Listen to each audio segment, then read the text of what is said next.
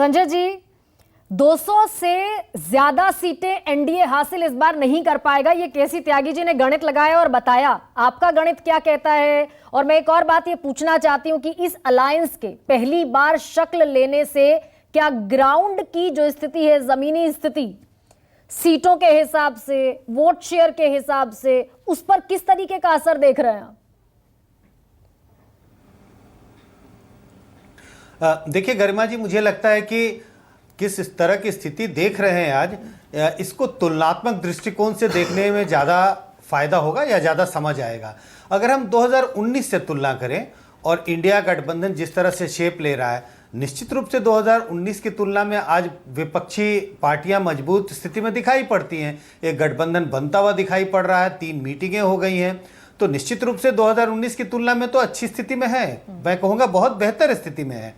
लेकिन अगर हम तुलना इस स्थिति से करें कि इंडिया गठबंधन जो एनडीए गठबंधन के अगर से तुलना किया जाए तो कितनी मजबूत दिखाई पड़ती है। क्या इतनी मजबूत है? मजबूत तो जरूर है, लेकिन क्या इतनी मजबूत है कि वो बीजेपी को परास्त कर देगी, एनडीए को हरा देगी 2024 के चुनाव में?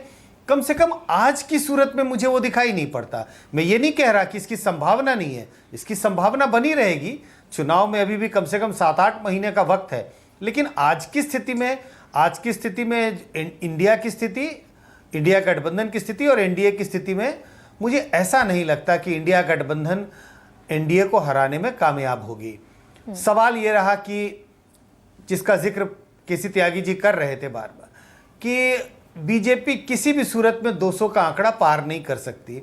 मेरा थोड़ा मतभेद है इस बात से। आंकड़े मेरे थोड़े से अलग दिखते हैं, लेकिन ये आंकड़े आकलन है, सिर्फ इस वक्त आकलन किया जा सकता है। और मेरा अपना आकलन है कि अगर इंडिया गठबंधन बहुत अच्छा प्रदर्शन करे और बीजेपी को बिल्कुल दबाव में बीजेपी आ जाए, तब भी बीजेपी मुझे लगता है 210 सीटों के आसपास रहेगी।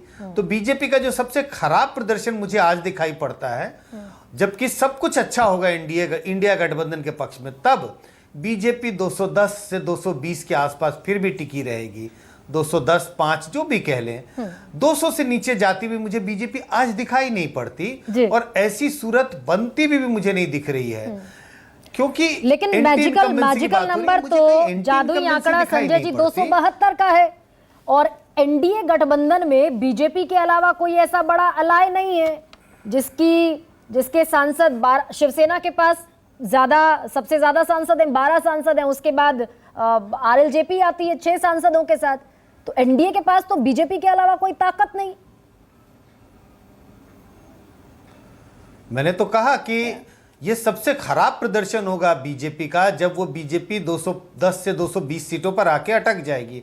और ऐसी स्थिति हुई, आपने स्वयं कहा कि बीजेपी के अलावा उनके गठबंधन में कोई बड़ी पार्टी नहीं है, तो अगर बाकी सारी पार्टियां भी मिलजुल के 20-25 सीट ले भी आए तो बीजेपी तक एनडीए तकरीबन 240-245 पर टिक सकती है।